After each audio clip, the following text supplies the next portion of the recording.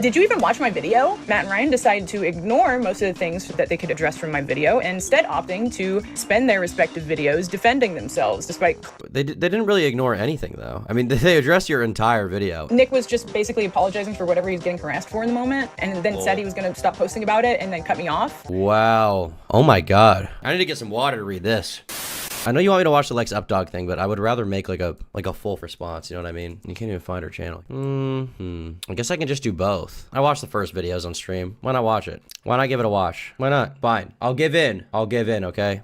I hope you're doing well. I'm not. It's been a while. It has. We got some stuff to look at and some stuff to talk about. You and I. I don't really have much to say. I think we should get into it. So for just a quick recap, just gonna go through what's been going on since I posted my last video that's on this channel. I posted my video and Rav posted his corresponding Twitter post with mine on July 27th, 2023. In it, I give a little background on Dawn and I's relationships past, and then I go on to detail the that happened that took place by Dawn, how I tried to handle it with him offline, and I go into explaining why it took 2 years. I think the thing is it's kind of hard to discount her account of Dawn because his response wasn't very good. I'm not gonna say he's 1000% guilty. I don't really know. His response wasn't the most convincing thing in the world, but obviously he had a different interpretation regardless of that, of how things went. But I'm not gonna go out on a limb and defend Dawn because I don't know. I don't have enough details. The thing you can definitely defend is Ryan and Matt, and I'm very curious what she's gonna say in this video because it's 45 minutes long. It's 45 minutes long, so there must be some damning stuff in here, but seems like everybody here thinks that she's an idiot, so we'll see. Did she talk about the homelessness thing? I'm really curious about that. To say anything. Or like, did she talk about Leighton, Morgue Pie, any of those guys? Going into detail about the events afterwards. I go into Matt and Ryan's reaction, or lack thereof, and detailing their dishonesty towards me after coming forward about this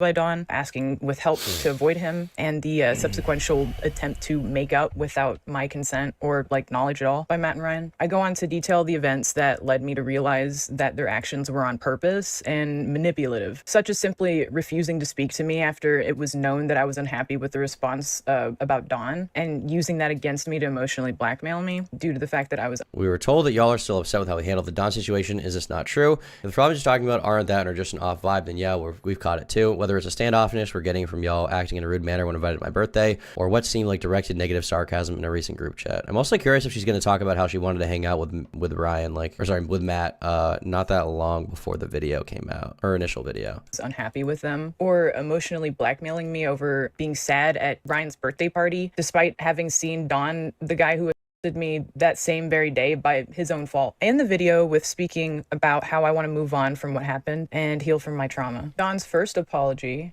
he deleted the day after, so that's cool. I found it on Know Your Meme, so shout out to whoever did that. So Dawn starts off by apologizing to Lex for any trauma that she may feel regarding our past relationship, and then goes on to apologizing to the people who, quote, may feel like they were being lied to or kept in...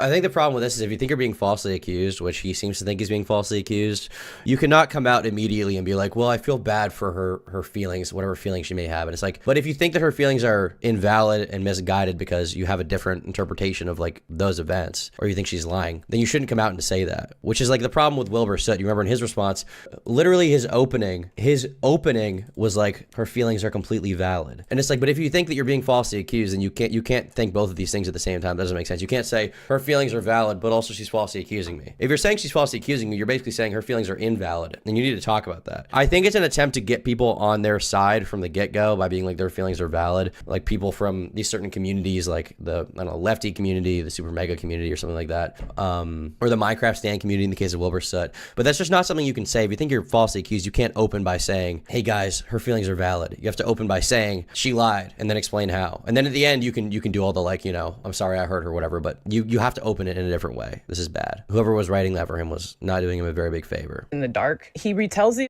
as, I asked her for oral and she said no at first because she had a cold sore. This implies I said yes. I had a cold sore and I didn't want to give him anything, and I explicitly declined oral multiple times as he was attempting to coerce me and force me to do so, despite giving clear indication that as then and that morning that I didn't want to. He told me it was fine. It wasn't fine. There was a lot of splitting hairs of if I was actually forced to or not because of Don downplaying what he did, not realizing that that's coercion. Asking someone multiple times over and over, I don't really understand how that's not. Asking someone multiple times is coercion? Of Don downplaying what he did, not realizing that that's coercion. Asking someone. No means no, which I said multiple times and was like, okay. I mean, just asking for I don't know if that's coercion though, but yeah. multiple times over and over. I don't really understand how that's not hard to understand. I mean, if she did say no and he was like, do it. Oh, there's this reason. Maybe you could argue that was coercion. Was a threat stated? I don't know that a threat was stated. She claims that she feels coerced because of the threat of violence. And unless you really just like downplaying.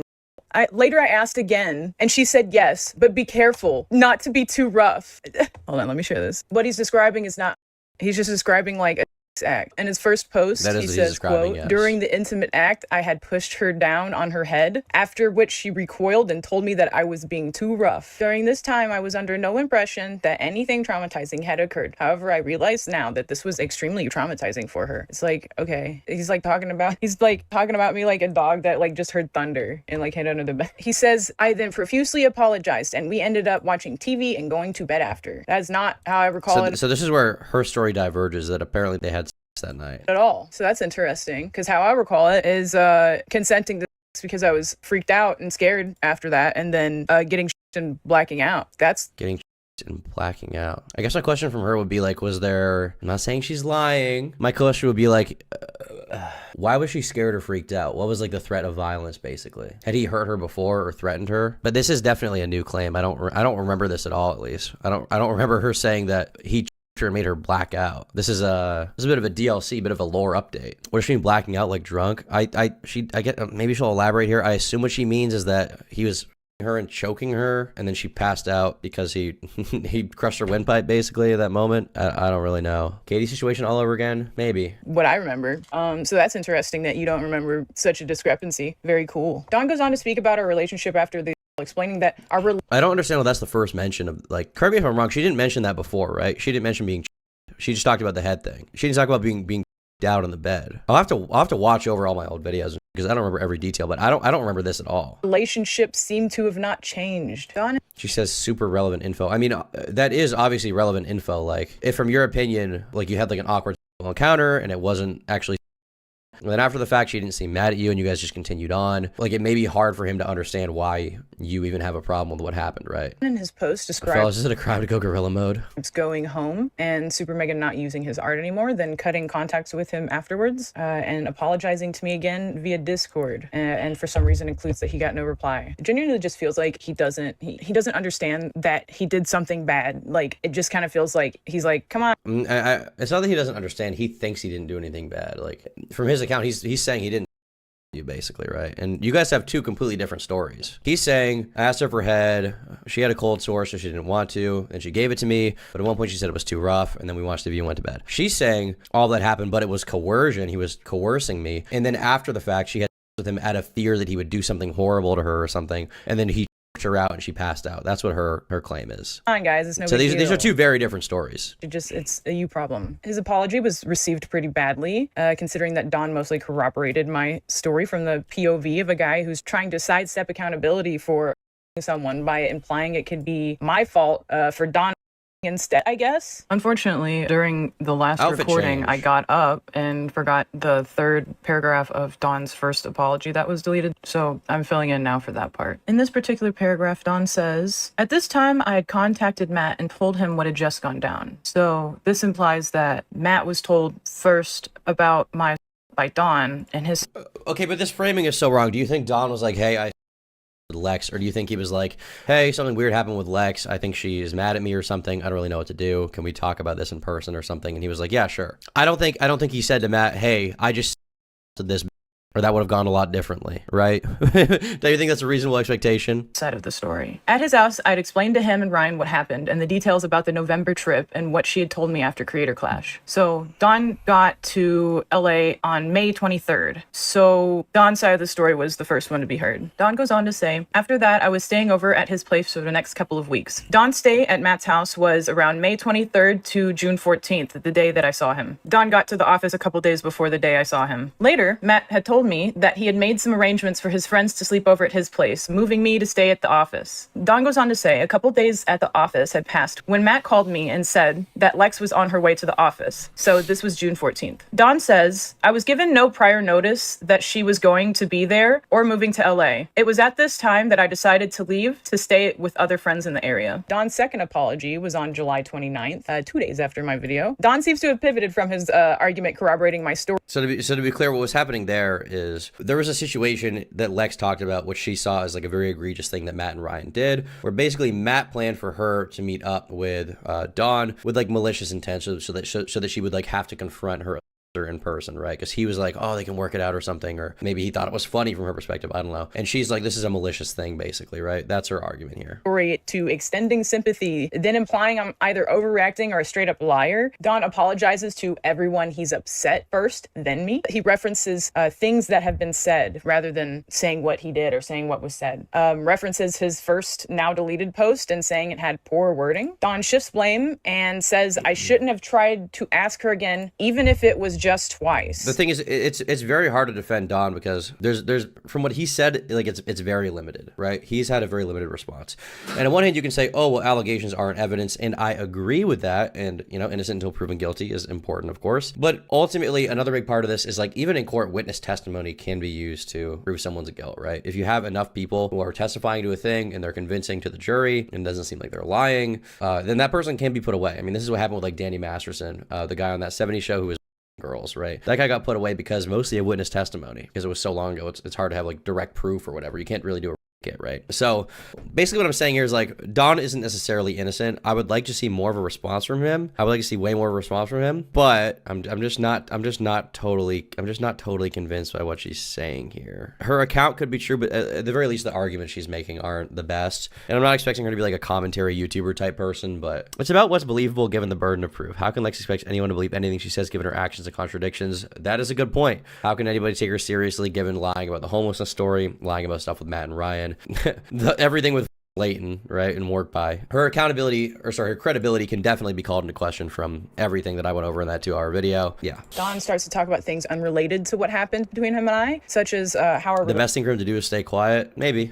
legally speaking. Relationship continued afterwards, implying I didn't have a problem with him. He lists the times he's apologized, the night it happened, when I talked to him about it in person and online. Don addresses SuperMega's part in this, that he was not informed about my arrival to the SuperMega office. He mentions Matt's house, but I didn't go there during his stay. Don addresses my mentioning of Cassette Girl being based off of me and decides to imply I'm lying. He does this by saying it was based off of a SoundCloud he was listening to in 2017, following up with, the character is in no way related to Lex. Don must have not remembered telling me directly multiple times that she is based off of me. I want to see that. I want to see that for a sec. Following up with, the character is in no way related to Lex. Don must have not remembered telling me directly multiple times that she is based off of I missed it again. Don must have not remembered telling me directly multiple times that she is... I can be your Cassette Girl reference model for you if you want easy refs for content for her. Yes, I base her body type on you anyway. She said, I remember. I feel like this is one of the least important things in the whole video. Maybe she's right about that. I don't really know. It's interesting that she reiterates that Don was inspired to create Cassette Girl by her when the story surrounding this has actually been consistent for years publicly. I don't know why he told her this. It might have just been kind of a dumb thing. I don't blame her for believing this. Just considering the fact that like he did tell her, so she probably just assumes it's true, but in reality he probably just, this is a thing you just say to girls, you just lie to them to be like, oh, she's based off of you, baby girl. Well, we actually have this archive right here, which is Don explaining basically that the exact song that inspired Cassette Girl, which is by Rav, by the way, which is really funny, who also commissioned him for album covers afterward. Here's a clip of him explaining the inspiration, basically. Fun fact, Rav was the initial inspiration. This is from 2021, long before this drama. You're gonna hear some lore. And this is 12/23. So this is from, let's see here, 12/05. So this is from the same month that he said this to her. So either he's lying here or he's lying here. I'll let you guys decide. Rav was the initial inspiration for Cassette Girl. Like, let me see. Where is it? What do you mean? I made that? So this is Don talking about the Cassette Girl thing, and the reason why this is important is because initially she was bringing up the whole Cassette Girl drawing to be like, he's obsessed with me, he won't stop drawing me, and Cassette Girl is an example of that, and that doesn't doesn't really seem to be the case. Yeah, just saying. Based off of me. Don mentions the art he posted before his apology for some reason, I guess because people were commenting on it. It just seems like a really weird way of deflecting. Don then ends the post by talking about himself and his commission refunds he owes. The man who essentially admitted that he did it a very roundabout, terrible way. I mean, not really.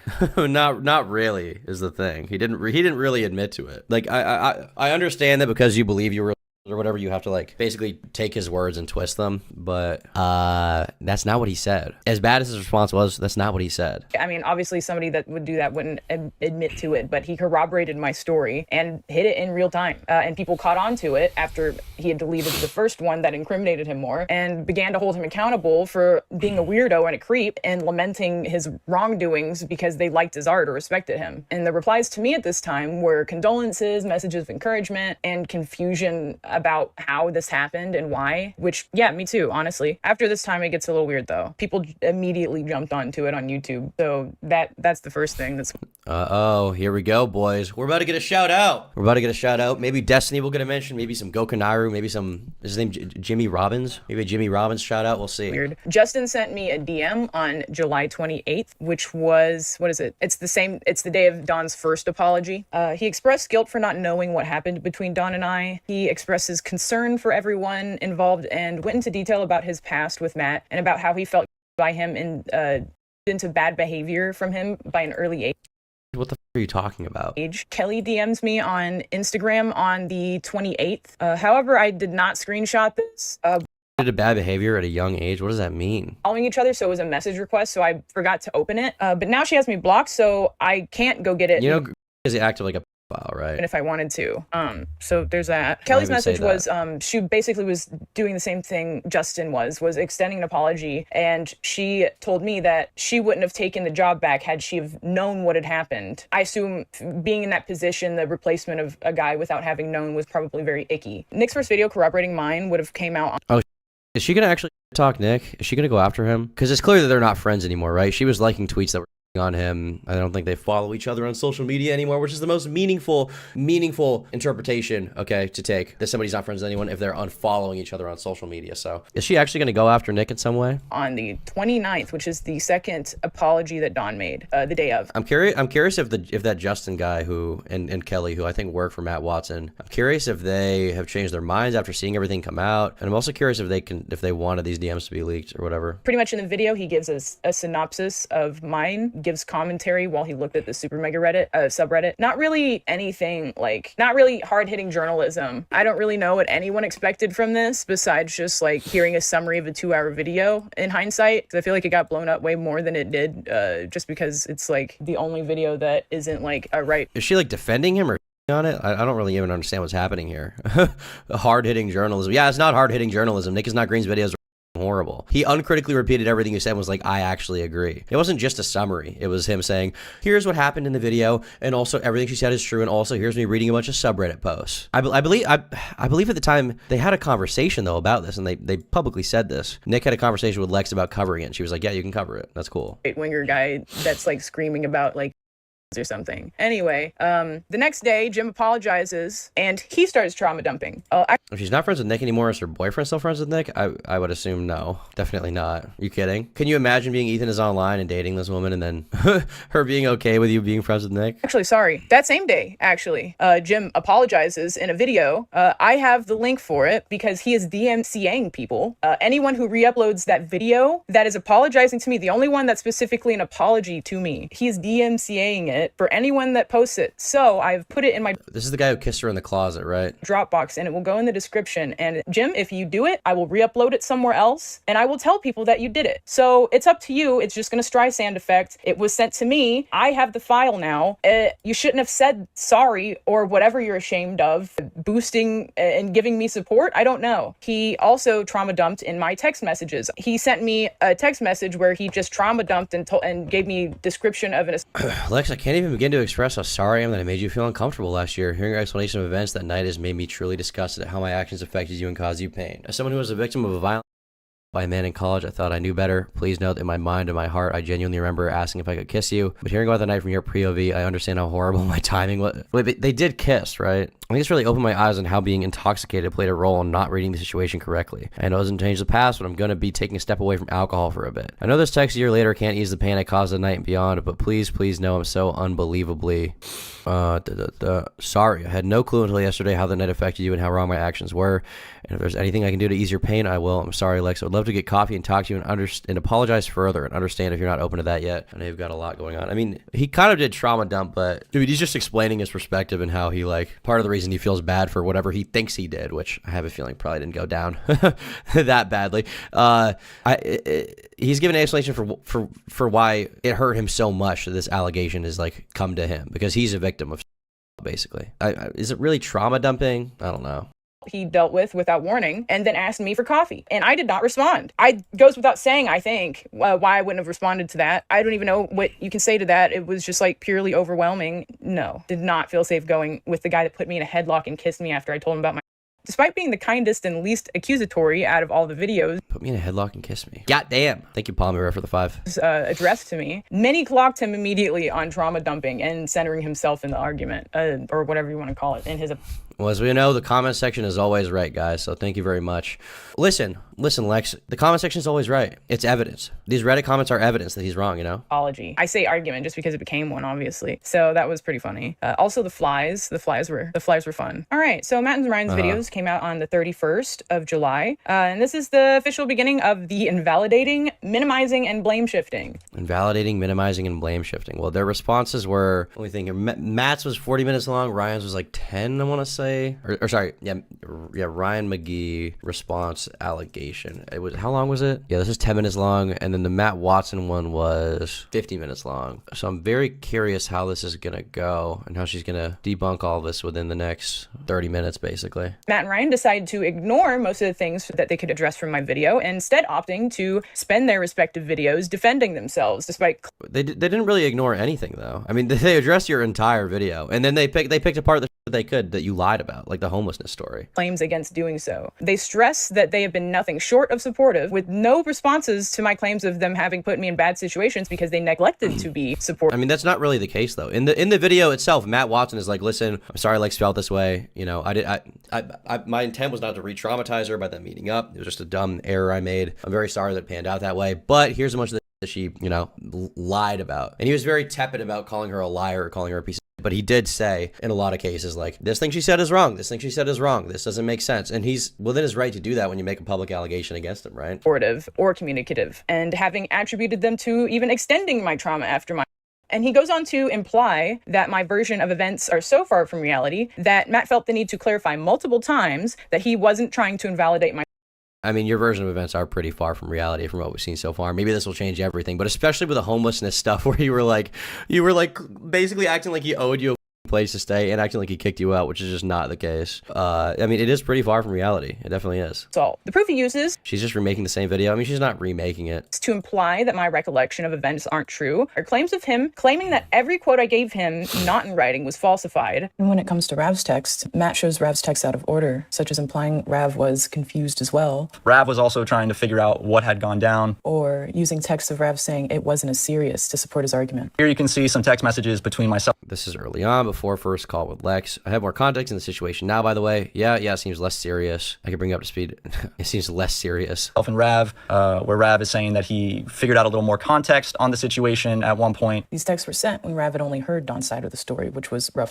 Matt goes on and lies and says that Rav told him first. I don't remember exactly, but I think Rav was the one who told me. I mean, is it really a malicious lie? Like, if Matt and Ryan don't assume that everything that Lex did was malicious when she clearly lied about them, like, can she not give them a little bit of leeway and not assume that everything they're doing is out of completely malicious intent? I mean, he literally says, I don't exactly remember, right? Initially. Waited 6 months to respond and has 8 separately filmed addendums. Yeah, this is what, like, if you're going to make a response like this, why do you have to have, like, the black screen parts and 3 outfit changes? Like, can't you just get all your ducks in a row in a script and then record it? Your boyfriend is a drama YouTuber. It shouldn't be that difficult. On my balcony one night, and he told me that Dawn had Lex. When Rav was only told Don's side of the story by Matt and Ryan until I told Rav directly around mid-June 2022. Also, Matt's including Rav when it really wasn't relevant for him to know what happened to me at the time. Don was staying at Matt's house. It was only relevant for him and Ryan to know what happened, so they could...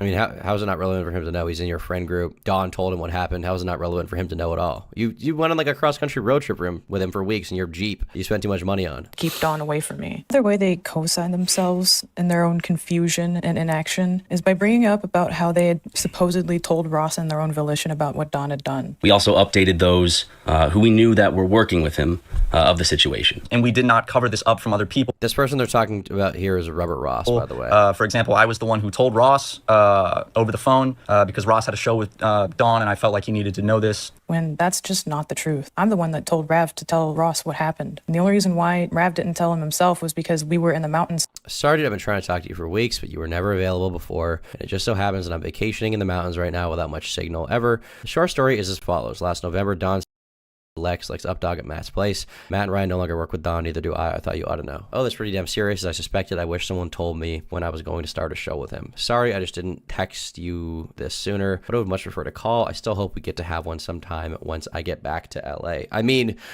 I feel like even painting this as malicious and like the worst framing possible is really retarded. Like, couldn't this have happened and simultaneously Matt thinks that he's the one who told Ross because Ross didn't say, oh, Rav already told me. Like, you may not want to tell everybody who's already told you, you know what I mean? It's kind of a touchy situation. Still for my mom's birthday. So we ran out of internet and Ross was worried and ended up calling Matt himself. And for that, the only reason why Ross ever figured out what happened between me and Don is because Ross got worried and had to call Matt himself, which Ross says himself in his stream that he called Matt himself. But for some reason, Matt and Ryan take it upon themselves to make it sound as if they went through their own volition to tell Ross. I mean, they didn't really make it sound that way, but this could just be misremembering. This could easily just be misremembering. They're also not the police. Like, is it their responsibility to inform everybody who this guy ever works with about this? They probably should, but it's not like these are like professional people with a giant company. Like, they heard from someone that they know that someone else who worked for them to them. They don't know that happened. How are they supposed to treat this? Ross, when really, especially Ryan, has nothing to do with telling anyone. While watching this, keep in mind that this is the supposed motive of them getting us to meet and talk it out. Despite the whole point of me calling to speak about my assault was to ask them to keep me away from Don. To be honest, Ryan and I were scared of this whole situation. Me and Ryan organized a meeting with him at our office where we sat him down and I mean, you put for themselves on screen. How could you not be scared for themselves? They found out that somebody that works for them is potentially a guerrilla motor, if you will. Okay, does it not make sense that they would be worried about that or scared about that? I feel like that's a valid concern. It affects their business. It affects their livelihood. You're obviously going to have that concern. Is that supposed to never cross your mind? confronted him about this. We asked him what had happened that night, and he explained it from his perspective, which was very different from Lex's perspective. We felt a little confused on what had happened that night. She put, and they believed him on screen with no proof of anything, by the way. She just puts that there. Which I now see was an absolutely, terrible move, suggesting that. He explained away the assault. Is it really a terrible move to be like, okay, well, this person says one thing, this other person says another thing. Like, what the f am I supposed to do here? I feel like that's a completely valid thing to think. I don't know if he's just saying that to appease the audience or something, but like, if I have two friends, one friend is a girl, one friend is a guy. The girl says, this guy me. The guy says, I didn't her. None of them have any convincing proof of either. What am I really supposed to say? How am I supposed to act in that situation? On one hand, if the girl is telling the truth, then this guy should probably not be employed by you and is a piece of shit. On the other hand, if the guy's telling the truth, then this girl is falsely accusing him and is potentially going to cause him to lose his job over something that didn't happen. So it's a complicated situation. You can't expect him to just take what you said at face value, especially when, once again, like, you need to have kind of dead to rights proof for something like that to have actual consequences in real life. Both excusing it as a miscommunication of boundaries in an intimate moment. And we told Don if he truly believed that, if he truly believed that it was a boundary miscommunication, then he should apologize to Lex directly. This was, of course, the wrong decision. Having a victim and an abuser, telling them to, maybe to talk to each other, horrible. I have text messages from Matt saying they talked with Don and it went well. And we had a phone call about it. So that's funny that you tell me that it's fine and then you go on YouTube and tell the public that you were confused, because Matt called me and told me as such and gave no indication of being confused. So they either lied to me at the time or they lied to you to change whatever you would think. I mean, maybe they just, if you're saying that this guy's you, it's kind of uncomfortable for them to call you, not even on a YouTube level, but on a personal level, and be like, hey, so he says you're lying. We don't really know what to do. Like, how would you have reacted to that? You probably would have mental breakdown. The whole time, I was none the wiser on what had actually taken place between him and Lex, and if I had known, I would not have invited him out to LA. Once Don was at his house and he did know, not only did he do nothing, he posted Don on. Well, he didn't really know was a thing. He didn't really know. Also, holy chungus. To stay with me. I would not have housed him. That's worse than anything else he's been accused of. Holy chungus. But the point of what he's saying here is like, if I knew 1000% what he did, which to this day, nobody really knows what happened other than Lex and Don. We weren't there, so I don't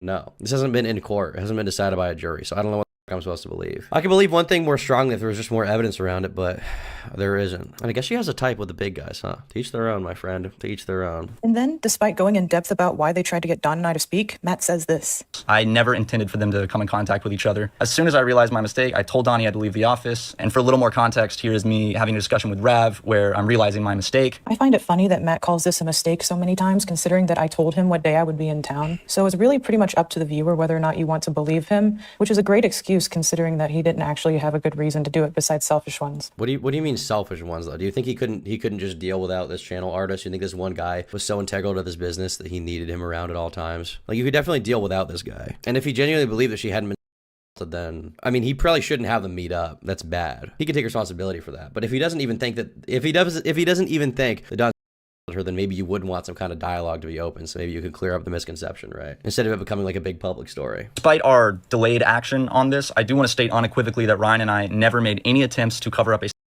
or to aid Don. And this is demonstrably true. If Matt had admitted to knowing better, that means he would have been admitting to helping Don out. There's no world in which getting Don to talk it out with me is not helping Don out, especially when my call was specifically about not wanting to see or talk to Don. I mean, the thing is, once again, like, having them talk it out is, first of all, not covering it up because then there's a conversation being had about it. And secondly, most importantly of all, he was under the impression that he didn't actually her because of what Don said. Over and over, they take matters into their hands when it really wasn't their business to do so. They did the exact opposite of what I had ever asked them to do. Their actions follow the logic of people that don't think my was a big deal. Ryan doesn't mention I mean, at the time, they probably didn't. anything about trying to emotionally blackmail me with being sad at his birthday party after seeing Dawn the same day because of the choices he made and using me being upset at their lack of communication. After that, using that to reject to speak to me because I was upset, to hold my own emotions against me. Ryan held my feelings against me for how he handled my trauma. In their videos, they imply I wanted to keep it private with no proof. And she expressed that she did not want this to be a thing that was public. But thankfully for them, I'm very consistent. And I've specifically spoken to other friends about how they were conversations that I wanted to have in person, not in private. Those are two different words. In their video, I mean, they don't you think they could have just gotten the wrong impression or something? Don't you think that could have been the case? Word, he just said, "Be gone, foul beast," even though one of their ex-employees was lying to people about why he was fired and still talking to fans about it. They don't even touch on the fact that Ryan liked art from Don after they fired him on Twitter, and Don tweeted out asking people for a place to stay when none of SuperMega's fans knew that he someone else. However, in editing, Nick realized a far simpler explanation. They didn't tell Don why he was fired. And it could really only either be Don lying to people about this so he doesn't have to admit what he did, or maybe the talk he had with SuperMega was confusing and vague to him. But we really never got any response about that. Nick uses this to argue that Matt and Ryan covered up the essay. He argues that they should have ignored Lex's wishes to keep the story private, as Don was an active threat to others. He argues that they should ignore the victim's wishes to not tell the story, which would obviously traumatize her. That is insane. I'm all Like, for some reason, Nick, your boyfriend's best friend is under the impression that you don't want the story to go public. You don't want it to be a thing, right? Clearly they had that impression for a reason, right? And they further claim that you had a conversation with them in person where you said, "I don't want this to be a public thing," at Matt's house. I don't know why that's never being brought up here. I don't know why that's never being talked about. I feel like it should be talked about. Maybe she doesn't remember that happened or something. We had a very in-depth conversation about the entire Dawn situation. At this point, I had had more time to reflect on it and kind of see where I had messed up and better understood what had actually taken place and how my response to that was poor. In this conversation, I sincerely apologized to Lex. I admitted where I was wrong and I took responsibility. I expressed remorse for how I had acted during the situation, and she accepted my apology. This is why I ultimately found myself a bit confused as to why there's a notion that I have never never addressed this with Lex, because I have. This is an irreconcilable difference that changed. Like basically what they're saying here is like, we had a conversation about it. She was cool with us. She agreed. Listen, maybe we mishandled it because we didn't believe her completely at first. We were confused, but eventually we did the right thing. And now she's saying like, well, they can never do the right thing. Nothing they do will be enough. Videos, they lie about cutting off Don personally and professionally, and they don't say when specifically. Again, after some tiptoeing, we ended up cutting ties with Don, both personally and professionally. We cut all contact with him. In response to what Lex told us, we removed Don as our channel artist and we cut contact with him 100%. In August, Ryan liked Don's art and it was posted into the Don channel in the SuperMega server that was still there and was there. And I mean, the question here is just like, how much do you really put weight on liking a piece of artwork? Does liking a piece of artwork mean that you support that he's somewhere, does it just mean that you like the art? I guess it's kind of up to you guys, but I don't know. I feel like it's not that big of a deal. It was deleted. Matt goes on to showing anonymous Discord screenshots from an anonymous Discord of, quote, anti-SuperMega people who write, quote, child fan fiction as proof of a conspiracy against SuperMega by Leighton and Too Mad, who is dead now. And also, he immediately... Yeah, but Leighton is not dead. Why are you not talking about Leighton, who was your friend who supported what you said, and said a bunch of about Matt, and then you supported it, and then only walked it back at the last possible moment when you realized he was a crazy person? Like, why are you not talking about Leighton? Why are you not talking about your friend group that was clearly in on this with you? Like, do you not see why Matt would obviously want to make a response video when all these falsehoods are being spread? immediately shit on me as There's soon all as this misinformation. my video came out. And Yeah, I mean, obviously Too Mad said that. He's victim hater, number 1488 or whatever. blocked me, and now he's dead. So Matt doesn't know I'm a child survivor, so that's strange that I would hang out in a child Discord. I find that weird. But he didn't even say that you hung out in the Discord. He said that Leighton was taking part in that kind of stuff. Like he never even implied that. He responded to all of you. Weird that I would do that. Not that Mordecai or Leighton can ever respond. That's news to me. I found that out when everybody else did, because I didn't know I did that. Matt tries very hard to make his proof look convincing by highlighting the date of the email, which was April 21st, over and over and over. Mind you, that day, I had gauze in my nose from surgery, and I was in Tennessee, so I don't really know what that's supposed to mean. But he's not saying that you were in the Discord. If you watch the video, it has nothing to do with that. Matt Watson response. Here's this. I want to start this. Let's actually watch this section again, just so we can see how she's misinterpreting this. Not say more. Leighton was extremely disgruntled that we fired him. Like, this is specifically when they're talking about Leighton Stollard, not her, who had made a bunch of allegations about them. He felt that it wasn't fair, and he felt like he needed to get even by taking away our platform. I later received anonymous screenshots that were leaked from a Discord server that's just dedicated to hating on SuperMega, the members of which created and spread horrible lies about my ex-girlfriend on Tumblr. They have harassed me for years. Some of them also write underage fan fiction. These screenshots detailed the exact situation Leighton was in with his employer. That's how I knew that they were real. Like, this has nothing to do. He's not saying Lex is in this Discord. Because I knew about this. Is not even about you. Agreement, as well as a plan to get other people to speak out against us, so Leighton would then be free to cancel us himself. The Discord message reads as follows. Leighton works for a big merch company called, I'm gonna go ahead and just censor the name, which he was working with while working for SuperMega. And when all the homophobia allegations came out, a big billionaire sponsor for said... All right, we get the idea. We'll go to the part where he shows the email, because apparently this is the part where he slanders her or whatever, shows that she's is involved with these people. First, will you be willing to come forward, even anonymously, with your experiences with Ryan? This is all from April, right after Leighton made his initial statement. This is about Leighton Stollard, and because not Lex I Updog. wondered if I'd ever have to use this, I emailed this to myself as evidence, which you can see in this video. I am opening up the email and showing the date as proof.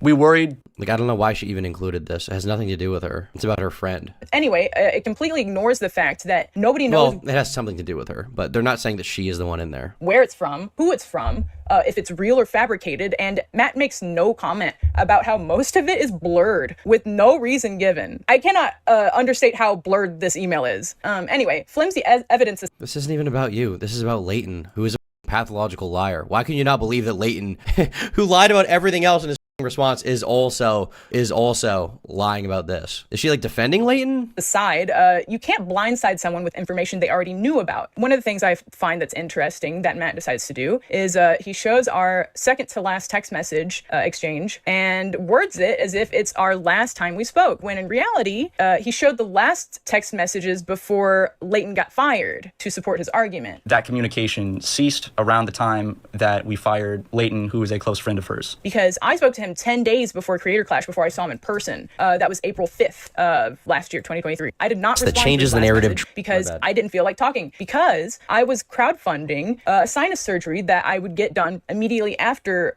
Creator Clash, which the surgery was on. Creator Clash is April 15th, and my sinus surgery was on the 20th. So I was drawing art to crowdfund for that surgery. Matt ends his video with pretty much calling everything a personal vendetta. And despite like brushing I mean, it definitely was a personal vendetta. If it wasn't if it wasn't a personal vendetta, you would have left out the homelessness stuff and just talked about your alleged with Don DRR, and instead you talked about all this other bull that just wasn't true. off that, like, Why isn't she even talking about the homelessness story? Did she talk about that? oh, well, I'm not trying to validate Lex. Like, no one hears that, obviously. So this fuels a bunch of stuff. Matt's video implies that I did not speak up for my own empowerment, but for a personal vendetta, implying that and a cover-up by people who I thought were helping me somehow wasn't enough. I'm in no way saying that her coming forward with the Dawn situation is a ploy by Leighton to get us canceled. However, there's a lot of other stuff that I think the dots can be connected. The messaging I mean, the dots definitely can be connected, considering that you're friends with Leighton and you were supporting what he was saying and retweeting him. Like, how the f could the dots not be connected? This was a personal vendetta. This was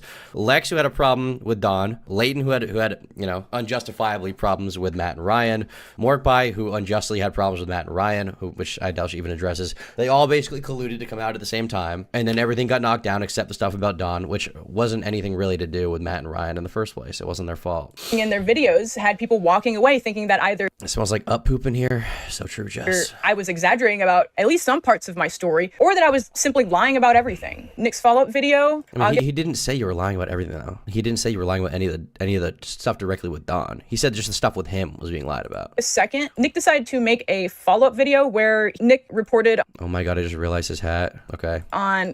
Nick followed up and just gave a summary of what had happened since my video, or his last video, I guess. He didn't ask me about anything or tell me that he was making it. If he had asked me about it, he would have found out that I hadn't even watched Matt Ryan's videos, or Jim's, I couldn't think of his name, or Jim's video to that point. So I didn't even know what was being said till Ryan's Twitter post in October. So that was what made me actually watch their videos. So up until this point, I had no idea what was going on. He did, however, bring up the text not Kind of weird to not watch them, I guess. mentioned by Matt, which I appreciate. Although I think by the time Nick's video came out, people had already been encouraged to connect the dots by Matt. So I'm not sure how well received it. How can you not connect the f***ing dots?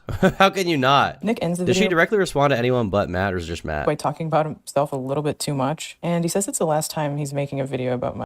Unfortunately, that was not the truth. After this, Matt Ryan Justin and redacted content creator, I won't say, went Redacted content creator, I won't say, and you just show Meat Canyon That on was not the screen. truth. After this, What is even the point behind saying redacted? Matt Ryan Justin and He's right there. redacted content creator, I won't say, went to Disney, and I never heard from Justin again. On the 26th of August is when I unlisted my video. Why even say redacted when you showed his face? Now, this is about a month, almost a Everybody exactly knows who Meat Canyon is. after I posted my video. Basically, anybody that was supportive filtered themselves out, and the reactionary people that were there to just like make content out of it started flooding in and documenting drama. Nice. And it fueled a lot of very victim blaming comments. You deserved it, straight up. I mean, I don't support these kind of comments.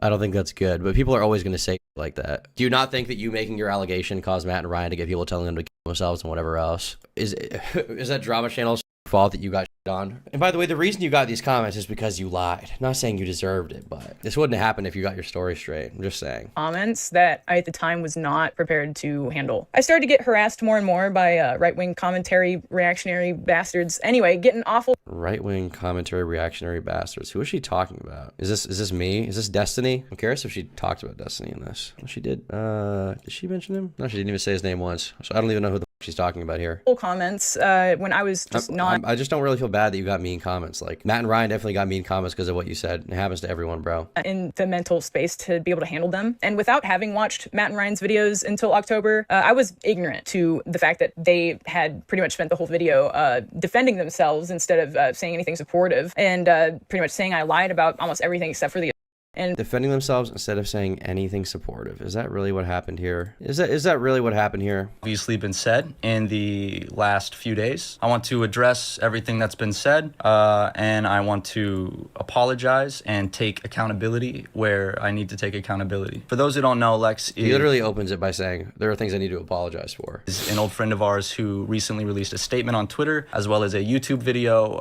detailing a incident that involved Ethan acknowledged you and his spat on Twitter with sensitive. Yeah, I'm sure he did. our former channel artist Dawn, as well as I remember him saying something to the effect of like my entire video was inaccurate or something, but then never really saying anything about it. recent experiences with myself and Ryan, aka SuperMega. I'm gonna go ahead and read what Lex posted on Twitter so you can get her words verbatim on everything that happened, and then I'm gonna try to supply as much additional context as I can and explain what happened from my perspective. Well, we know what she said about In November, Dawn. Dawn with me for the past year because I'd have to explain things that I did not expect from Dawn, and truth be told, I had a bit of a hard time accepting it. I soon asked Dawn about this, and what he told me was he chalked it up to basically a misunderstanding in the bedroom. At this time, I did not grasp how serious the situation was, and obviously he did not either. So Lex gave Ryan a call soon after to explain what had happened. Like a lot of this video is him saying like, look, I could have acted differently in regards to this stuff, but I didn't try to cover anything up. That's basically what he says in regards to her. and fueling pretty much all the talking points that came to the commentary community. It became pretty overwhelming for me in the mental state I was in that I was still trying to heal from. So Damn, about a month you poor later, thing. I felt that the video had at least served its purpose within like the people that would have wanted to see it. And so I privated it. I was ready to heal, as I had stated in my previous video. That was how I ended it. I was ready to heal and I wanted to move on. And so I took initiative on what I had stated before. On the 26th, the same day I privated my video, Kelly messaged me on Twitter, and this one I do have a screenshot of, but she was checking in on me, let me know that I can talk to her, whatever. Kelly acknowledges that I must have been having a hard time, presumably in reference to the harassment I was getting, and offered reassurance and asked how I was doing. I updated her and told her that I was traveling and I was seeing friends and that I would have liked talking, and I asked to make a call, and she declined and said she wanted to keep texting, and I didn't really know what to think of that, so I didn't respond, and she later unfollowed me. I don't have a date for that, but if I Well, maybe she looked more into the situation and figured out that you were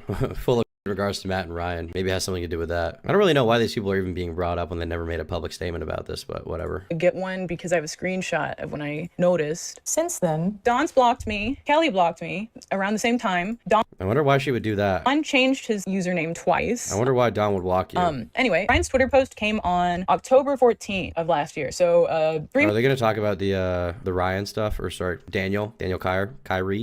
months after I posted my video and a month and a half after it had been unlisted. Despite claims of not trying to diminish my Ryan goes on to make a post tagging everyone who he perceives as having wronged him except for Don, the guy who me.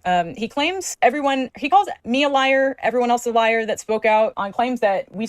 Well, the reason he's calling you a liar is because you said that you brought up his best friend and said that he mocked it, right? So I feel like that's a decent thing to call you a liar over, no? Ryan uses angry, passive-aggressive language to guilt and shame everyone involved that merely mentioned Daniel's name, liking it to having spoken badly You didn't even just mention his name, though. That's not all you did. on Daniel You basically poisoned the well by saying that they made fun of his death. Get their fans on your side for like the most traumatic thing in SuperMega history. himself, using quotes and references to my post and video that isn't about Daniel, but another attempt close to me that I mentioned several times in my 2-hour video. also the specific event is mentioned in the text post that summarizes my video on Twitter as well, just making it like pretty clear. His biggest problem with that part of the video, from what I remember, by the way, his biggest problem with that part of the video was basically the fact that you use his friends as a point against him, and you said that he mocks him, which even if he does mock him, it's just not your place to criticize that. It's not your place to have a problem with whatever he says because it's his friends.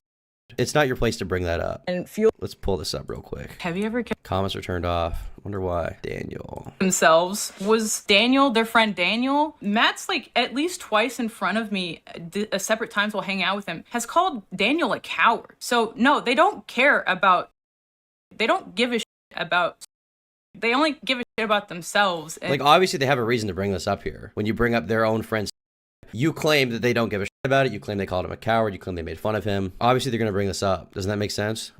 Like, you directly talked about it here, which is, it's just not your place to talk about that. And like, even if they did do that, which I don't really think they did, but even if they did, it's not your place to comment on that and like have an opinion. It's not even relevant to this at all. So much of this video is irrelevant to what your actual complaint should have been. I'm talking about. In this post, Ryan does not clarify any of the assumptions that he was making about my video description, whatever, saying whatever that means, assuming everything he didn't know about was about Daniel. For some reason, Ryan's retelling of events and quotes attributed to me are spaced out throughout the post, and in doing so, makes it seem as if I went on a tirade about how his friend committed and not a part of my 2-hour video that is less than 15 seconds long. He passive-aggressively acknowledges that he did not want to talk about it, which I had no idea about aside from the fact that he rejected talking about things over a year ago.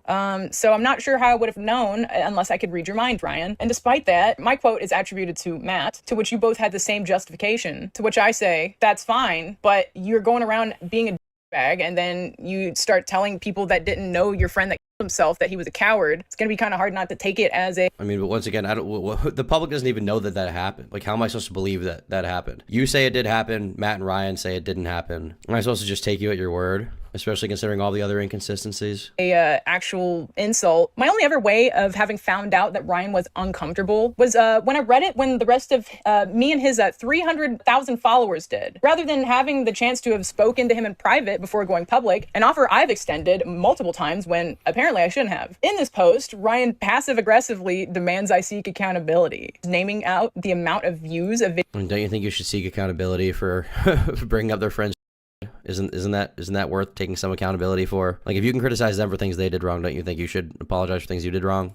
Which doesn't really work for Ryan when he has more followers on every platform than anyone involved. You know, it really makes sense coming from the guy that was texting fans that he doesn't understand power dynamics. Oh my God, bro. We're back to this. He doesn't understand power dynamics. There's nothing wrong with fans, bro. There's nothing wrong. If they're adults, there's nothing wrong. The only thing that's wrong is if those fans go crazy and decide to come out about it and be like, yeah, power dynamic. There's nothing wrong with it. Doesn't matter. If they're an adult, it doesn't matter. Why is this even being brought up? I don't understand. So not very surprising. He has too much that power. You didn't learn much in 3 months if you were just throwing blame the whole time, because that's not indicative His fans. of a man who's trying to change. Who cares, Lex? Who cares? If they're adults, who cares? Mine's going directly to Twitter about an unlisted video of mine to demand an apology for mean comments that some freaks, probably Destiny's audience, made on Daniel's memorial. Do you think it was Destiny's audience that made the comments and not the people who came to your video and were like, oh, they mocked their friends? Let's talk about that. You think that was Destiny's audience? For what reason? Ryan makes it clear that he doesn't understand what accountability means. By passive-aggressively... Times you catch that, she was asking for them to hit her up privately after the cancel attempt. It's insane. She's constantly asking for the most charitability while giving them the least. Well, that's just the position she's going to take, obviously, right? Unfortunately. Stating that he's taken his, now I need to take mine. She desperately wants them to be like evil people. Like, okay, for what? He doesn't even say for what. And so... What do you mean for what? It's pretty obvious from the giant post about his friends is for bringing up his friends, which is extremely traumatizing to him and acting like you have a right to comment on it. That's obviously. Any idiot from a third person is going to be like, oh, she lied then. This was the second time he's held my feelings against, my feelings about him. We were told that y'all are so upset. Is this not true? If the problems you're talking about aren't that and are just off vibe, then yeah, we've caught it too. Whether it's standoffness we're getting from y'all acting in a rude manner when at my birthday. Is he really holding your negative feelings against you or just asking what's up? He said, is this not true? It's difficult to not expect there's antagonism behind some of these things. He's basically just asking like, why are you mad? He's asking for communication. Is that a wrong thing to do? Against me, to guilt me to try and gain control over a situation. And I should have known that if Ryan was willing to hold my own feelings about my against me in private, that he would have no qualms with claiming everyone's a liar and using a trauma against me. Ryan's But you used it against him by bringing up Daniel's. That's the same thing. Interpretation of me leaves no wiggle room for other interpretations, despite claiming not knowing, for example, why I took the video down, or not knowing if I have a history of the trauma of death at all. To assume that I would criticize someone in that way. To assume that I was speaking on Daniel is disgusting. You were speaking on Daniel. There's a video of it. There's a video of it. No one listened to me for, and when I tried to talk about it, no one wanted to talk about it. And now it's a problem, and I'm homeless, sitting in this creepy, weird, sex trafficking. I'm homeless. Well, whose fault is that? Matt's like at least twice in front of me, separate times we'll hang out with him, has called... Why would they ever bring this up? Daniel a coward. So no, they don't care about... They don't give a about. They only give a shit about themselves and who they can make jokes of that are under them that they can get away with. You literally brought it up and made it seem like they don't think is a problem because in your eyes they mock their friend's death or whatever. Like, what? You brought this up. You're gonna be criticized for it. You brought this up. Did you even watch my video? Because there's Someone in chat says she deleted the top comment about her covering up some.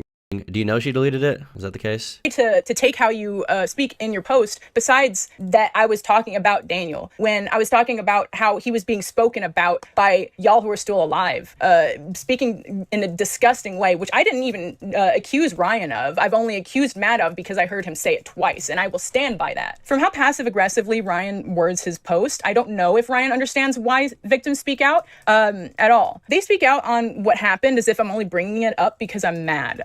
A personal vendetta. They phrase everything as if this event happened in a vacuum, rather than this being the eventual outcome of pledging support to someone, then ignoring and gaslighting them when they want to talk. Making the choice to say that everything I said except for... Does she talk about the homelessness story at all in here? Or does she just walk that back entirely? Does she say the word homeless? Homeless. Let's see here. Doesn't look like it's mentioned once in the transcript. Lex, in your original video, one of the accusations you made against SuperMega was that they made you homeless, but in this video, you say Matt and Ryan offered to pay for an apartment for you and refused this offer. I was homeless at the age of 18. They spent 12 months living on the streets, relying on public facilities to shower, being fed by soup kitchens, and scrounging other people's leftovers from mall food courts. I slept in parks, condemned buildings at my own risk of safety, and even a graveyard. As a young woman, I was at risk of SA or worse, and was often propositioned by pimps to work for them. I don't know what the rest of your claims say you were homeless, insulting anyone who's experienced actual homelessness. Your situation may have been inconvenient and stressful, absolutely, but you were never actually homeless. Please stop making that claim. Does she make it here? Does she talk about the homeless thing?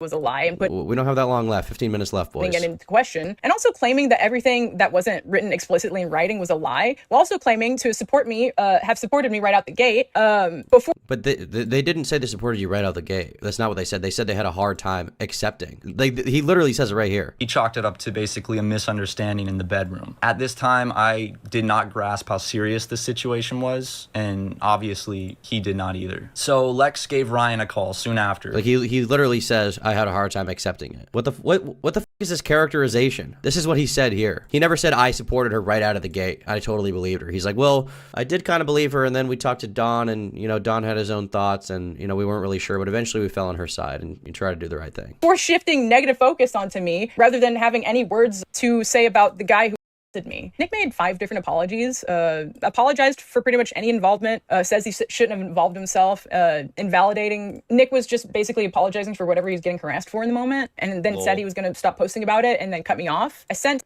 Nick Base. Our first text since March 2022. Wow. Oh my God. I need to get some water to read this. Misunderstand this, BWC? True. All right. I'm not reading that. Well, I am, dude. I am reading all of it because I want to know what she talked about with Nick. Nick, I think you need to realize that you have not communicated with us in this at all. Our last text messages are from March of last year. How can you blame others for videos that you agreed to making on the outcome of them? You haven't spoken to me about this since you've made the first video. After this, you wanted to make multiple response videos without saying anything to us, making the situation even worse each time. I had to find out through hate comments that you made a new video each time it happened rather than us having an open line of communication as things happened. Why? Are you upset at us and didn't want to speak? If that's the case, how can we do something about something you haven't spoken about? Waiting until a situation is this bad is not how I wanted to find out about that you have a problem with us. It makes me feel like you didn't have good intentions making the video, especially when I'm reminded so often of Instagram stories you've made roasting SuperMega because it's being used to invalidate my. I made a video talking about how they covered it up, and I still didn't make any posts like that, Nick. There was a lot of things you fucked up on, and you avoiding responsibility by saying you pressure me into making a video, and this is stressful for me, to us and in a video, and walk away when this is my whole life, and I don't get to do that. You need to realize how performative that is, Nick. You need to take ownership for the mistake of speaking on a situation you didn't know rather than blaming others. The moment you stop communicating with us about this very serious topic and went on your own about it is the moment you started making videos about things you had no idea about. I was the one, and it feels like you played around with my life until things got too hot for you instead of actually trying to support me as a victim or even just as a friend. There's so many things you could have found out sooner if you had just spoken whenever you had a question. Biggest of all is simply even just how we feel personally or our intentions without having to assume. I have Google Docs of the script I'm making. I could have gladly showed you if you wanted to communicate with me directly as well. The video is taking so long because there's so much they lied about both in Matt and Ryan's videos that has taken me weeks to write and gather everything from the video. I'm still healing from trauma, and it's been really mentally taxing. I have to go through this and relive everything to condense it into a video. I haven't worked on it every day because the other days I've just been resting to work on it more. It's been consuming my life for the past 2 weeks. I bought Final Cut, if not just to make this. Okay. I'm not fast at this because I'm not a YouTuber. If you had asked me, I would have told you this sooner. If we had spoken sooner, your original response video could have had all this in it. I need you to tell me directly if you're going to speak to me or not. I want you to put effort to communicate because I can't even defend you at all if you don't want to speak about any of this after everything that's happened. Damn, so she was definitely mad at Nick. She's calling him out directly, bro. Is he going to respond to this in any way? Probably not. And he doesn't respond and then goes on to make a 5th apology. Crazy, right? And his 5th apology is still up. That's the Well, getting involved with you didn't exactly work out the first few times, so harmful content one. And the goalposts have been moved so much, he's basically apologizing for like his whole career, which that just has nothing to do with me at that point. But Nick was being held performative by only standing up for me when it was convenient for him. So that's pretty like dirty move. He needs to get better values for real. I just kind of feel bad for him that he betrayed himself too. I mean, accountability is not okay. Not punishment. The difference between accountability and blame is that accountability is established before and blame is established after. Now, keeping that in mind, to make an apology would not be genuine, as the circumstances in which they were demanded were to humiliate rather than to mend any relationship that doesn't exist between Ryan and I, and therefore would be merely for public gesture. It's not a situation that can be repeated again, and this leaves a fundamental gap in the structure of an apology, which is the promise to not repeat the mistake. Using Nick's apology as an example, not only do I think Nick didn't know what he was apologizing for, which fed into it feeling fake, but I have no reason to not believe that giving into such public humiliation and apologizing for other people's actions would further Daniel's memory being used as a bargaining chip for onlookers who care much more about internet drama from their favorite YouTube grifter and not giving respect to True. You got owned. assault victims, much less victims of Go back to nobody knowing who the f you were. Stupid, look at me. I need attention. Damn, that guy is crazy. Nasty boy Kyle going off. Chill the freak out, dude. Giving a fake apology would be incredibly dishonest, and considering the original context of this topic was a video of me talking about my and how it got covered up, I find it incredibly inappropriate. I mean, Nick's apologies definitely were bad. I'll agree with her there.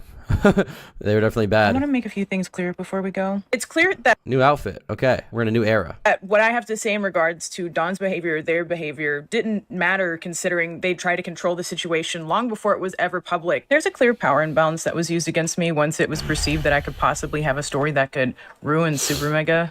Power imbalance. This couldn't have happened if they did the right thing. Despite this, Matt and Ryan still chose to react the way they did. Why? It's because they weren't confused. Matt and Ryan immediately became defensive and secretive over word of mouth before any expression to go public had ever been expressed. Well, maybe they just wanted to do the right thing and not involve themselves in a situation that has way more gravity than they're ready to understand or deal with, right? The average person is not really equipped to deal with allegations. I don't know what the f I would do if my personal friend was accused of.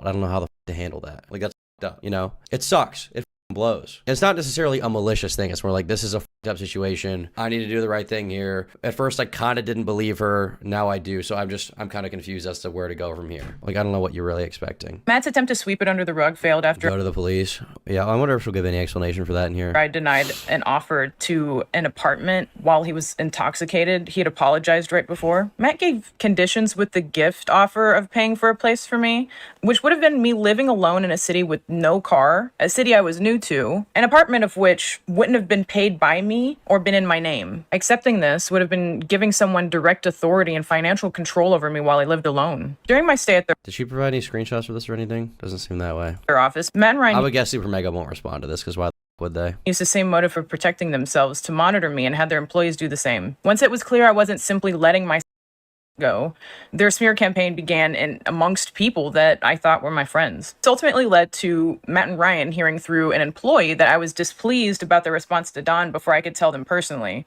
in which Ryan's response to this was to attempt to guilt me into silence over bringing it up. Don is an He definitely didn't guilt you into silence. He was just like, are you mad at me right now? What am I supposed to do here? That's basically all he said in that DM. admitted compulsive liar. He's a manipulator. He hides behind fictional personas and his artistic talents. He does not care about consent. There are 2 known instances in which he has ignored a woman telling him no, then going on to apologize only after coercing them and them. This is a pattern of behavior that will not stop if others around him are constantly aiding and enabling and making excuses for. Matt first told him he kicked Don out of the house for being a mess. Well, I think the situation is just there was no direct proof for Don doing anything, so at the beginning they were like kind of tepid for what to even do, right? Is that not a fair thing? Like if somebody comes to you and is like, hey, this person's me, and you're like, okay, and you talk to that person, they're like, well, I didn't assault her. It's like, well, you're kind of at a standstill for what the to do, right? You don't really know where to move from here. Like they clearly have two very different interpretations of events. For him. Most likely Don will get away from this fine, and many have wondered how. Don, generally speaking, does not have a parasocial fan base in the same manner as Matt and Ryan.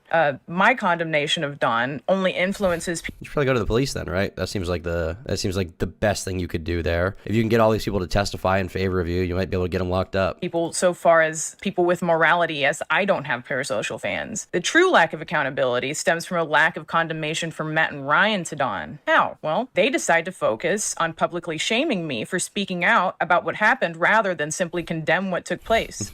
But the thing is, they didn't publicly shame you for speaking out. They said it's good that you spoke out about Don. A lot of the other surrounding it from you regarding the homelessness story, or Leighton regarding like the Chuck E. Cheese N-word thing or stuff like that, they're saying that that's all just right. They knowingly use their social influence to shift the audience focus from Don and their actions to questioning my motives and shifting the blame onto me. To this day, I've hidden from posting publicly for around as long as the man who me has, because the fans of the friends I trusted telling my about wouldn't stop harassing me daily. Despite this, many wonder why Don doesn't get as much flack and blame my timeline of my original. The reason why he doesn't get as much flack is because you focused, unfortunately, you spend a lot of time focusing on the larger celebrities with clout involved rather than the guy who actually allegedly did something to you. Because nobody realizes that Matt and Ryan don't focus on like the video is entitled like, let's see here, my experience with Don DRR and SuperMega. SuperMega is a huge name and they're in the title, so obviously that's going to be talked about. You spent a lot of video talking about Matt and Ryan. I'm curious, how many times does she say the word Don? I assume a lot of this is from the comment section. Oh, there's none of them from the comment section really. Is there any down here? Okay, well there's one there, so that's the only one. So she says Don 231 times seemingly in this video. How many times does she say Matt? She said Matt 93 times. How many times did she say Ryan? She said Ryan, let's see here, 48 times. So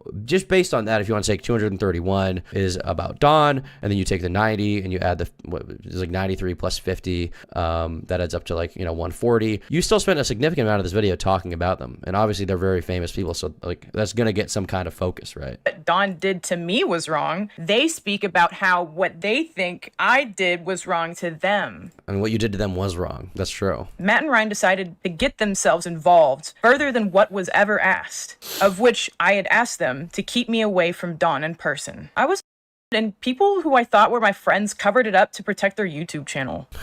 They did not cover it up. They just didn't. Those same friends then hid behind problems they have with other people to make it look like I had ill intentions by speaking out about getting and their actions afterwards. They use their own agendas of prioritizing their YouTube channel and having a good reputation to attempt to gaslight and manipulate me into silence. With their actions, Matt and Ryan have shown everyone from their videos the lengths they're willing to go to lie, manipulate, triangulate, gaslight, to cover for their own bad behavior, to have you, yeah, I'm really convinced after this video, viewer, feel bad for them. Unfortunately, I allowed Matt and Ryan to manipulate me by my projection onto them of who they were, or rather who I thought they were, or rather who they portray themselves as. I consistently gave them the benefit of the doubt even when it went against my own wisdom to do so, simply because we were How did you give them the benefit of the doubt? You said that they made you homeless. Friends. It wasn't until after watching their videos and how I saw that they had manipulated the story to their own benefit when I truly realized You called them pieces of who covered up your in your first video. How is that giving the benefit of the doubt in any way? what was taking place. Next, she's going to say Tom Guckenauer, the entire commentary community is miracle with Matt and Ryan. Well, that's true. They did directly pay us all $30,000, but that's besides the point. The same self-serving motivations to further their career. Actually, they paid me 50 because they said my video did really well, so I deserve 50 grand. That was given from the very beginning. And we all joined the alumni at the same time. Just saying. What I thought was internet gossip ended up being a direct cover-up, using an audience willing to reject reality for their version of it. Instead of making an actual response, it's simply just easier to make a last-minute video lying. There's no need to defend yourself when your What do you mean? It's not an actual response. It's a 40-minute long response. social audience sees you as the reason why their favorite YouTubers stopped posting. The thing is, you say this, but they lost 50,000 subscribers. They still haven't totally recovered from the sub loss. Like, a lot of people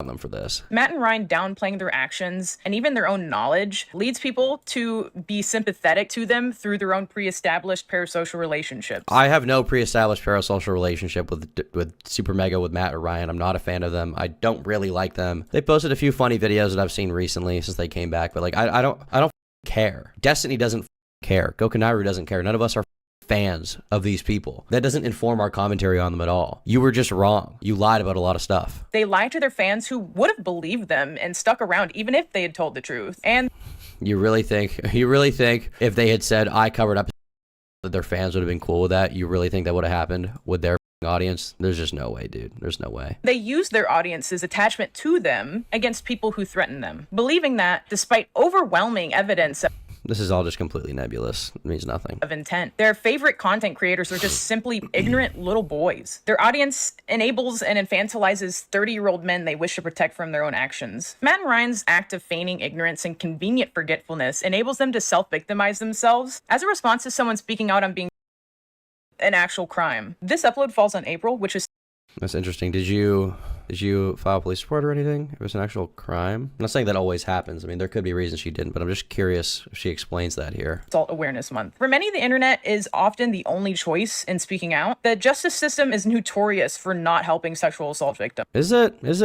In North America, 1 in 4 women will experience or attempted in their lifetime. Where does this data come from? I'm not saying that's necessarily wrong, but is that true? Is that real? I want to drop a disclaimer that there's a lot of discrepancies between this particular statistic. I got this one that I said in my video originally from this one, and I'll link it because I got it because it's from 2020. So it seems like the most recent one out of all of them that I'd looked at. And was this the girl that had an allegation of eating poop in Minecraft and giving a zombie a BBL? I don't know anything about that. Here is where I got that statistic from. However, there's this statistic that is 1 in 5 women. This particular website is the National Violence Resource Center, and it says 1 in 5 women experience attempted or completed during their lifetime. And it says 1 in 3 women between... Why are we even going on this tangent? Like, I don't totally know why this is even relevant. Age 11 and 17. So it varies based off of your age as well. Funny enough, one that I actually was not looking for was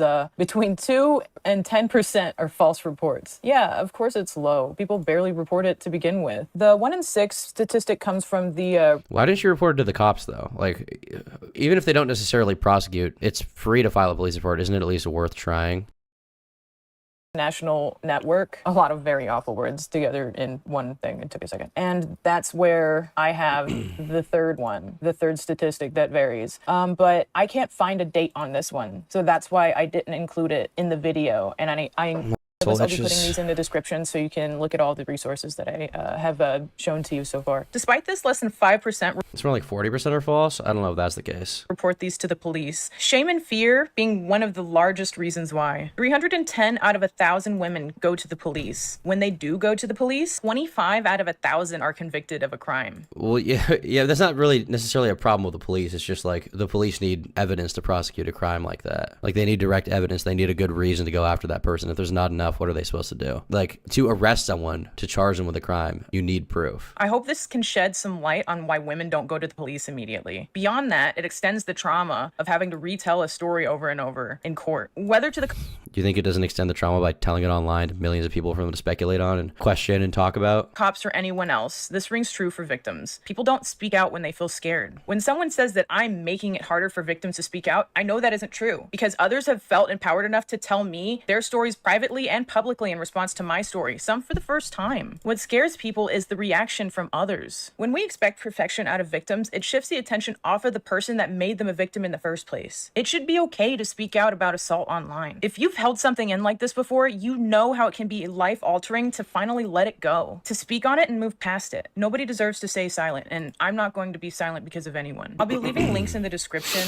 that go into detail of cycles of manipulation and in case anyone would like to read further into the topic. Spotting the behavior is the first step to enable yourself to protect yourself, to create better boundaries against people who can benefit to manipulate you. As I move forward, I would appreciate any support or any words of encouragement. It would mean so much. Also, If you're comfortable, I would like to encourage a space where anyone can feel safe to share any stories or advice in the comments. Well, some stories and some advice were shared in the comments. Some stories and advice were shared in the comments. And you guys may remember from my video, I talked about Lex and Don, and I talked about a situation where someone had claimed that a long time ago they were by Don. Video, a Twitter user named Clancy accused Don of they met Don when they were 17 and started dating when they became of age in 2020. They didn't have any screenshots, but were able to provide artwork from Don as proof. The post received 3,000 likes, yet strangely went ignored by Lex. It seems odd given the direct thank you and plea to reach out. Well, Clancy explains they first tried to come forward back in 2020. They even link their original twitlonger, which has this choice excerpt. A couple of days ago, another one of Don's exes asked me about my relationship with him. They told me that they were very worried for me and weren't able to reach out to warn me about their experiences with Don. We talked over stuff for a couple hours, and I realized the full weight of the situation I was in. After Don's other ex and I had processed everything together, I decided to message Don one-on-one about the situation and tell him how I felt about everything. I told him that I wanted him to be held accountable for what he had done, and how I was upset that none of his friends, not a single person in his friend server, had asked me about my relationship with him at the time. That ex was none other than Lex, which they only revealed 3 years later. Lex had dated Don on and off as far back as 2017. The private matter was an argument they had while broken up. Don continued to purchase Lex's adult content while they weren't together. Lex told him to unsubscribe in order to set a boundary, but somehow basically the allegation being made here is that she knew that Don was a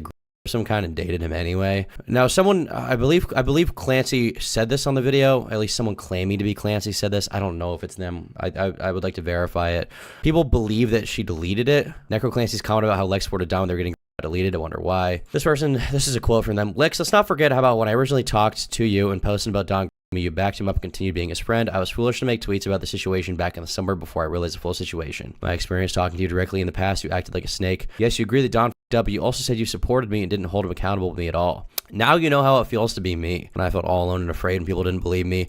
When my whatever account got mass reported by Don's followers and suspended. You're so pissed about people not supporting you, but where were you in the past for me? So, I mean, this is an allegation being made. I don't know if that's real. This is just what somebody said, but maybe it's real. I'm pretty sure the original Clancy person was real, but I don't know if this comment was from them in the first place. I don't know if they have a Twitter or something. I also don't know if Lex definitely deleted it. I don't know that. Genuinely, what do you want them to do? What do you want us to do? Started this out by saying you didn't think they should be canceled or have their platform taken away and that you believed they could grow and change. However, when they took the time to do so, you released a video as soon as they're back. So what is the end goal of all this? Why drag out unrelated parties, Justin and Kelly, into a situation that's supposedly just between you and SuperMega, if not just to hurt the aforementioned people? It feels strange to even watch this video because a good chunk of it is private information that I don't feel that I should have access to. Private DMs, messages, etc. You also refuse to take accountability for your own wrongdoings and attempt to make others take responsibility for theirs. You're the first party to bring up Daniel, true, therefore making him an easy way to fire shots at Matt and Ryan. Why was it necessary to bring someone deceased into an argument that absolutely does not involve them? Even if they had made distasteful jokes, it is not the business of strangers on the internet. If anything, it would be between Matt and Ryan. This video does not feel well articulated and is clearly rushed together. It does feel that way. I doubt this all started as a smear campaign, and I do truly commend you for sharing your story on your to protect future victims for potentially facing the same situation with Don. But everything since the first video raises an attempt to deplatform what is essentially a third party to the situation entirely. No matter how many videos you make, it can't change how Matt, Ryan, and others acted in the past. The only thing you or any of us can do now is observe and allow for growth from them.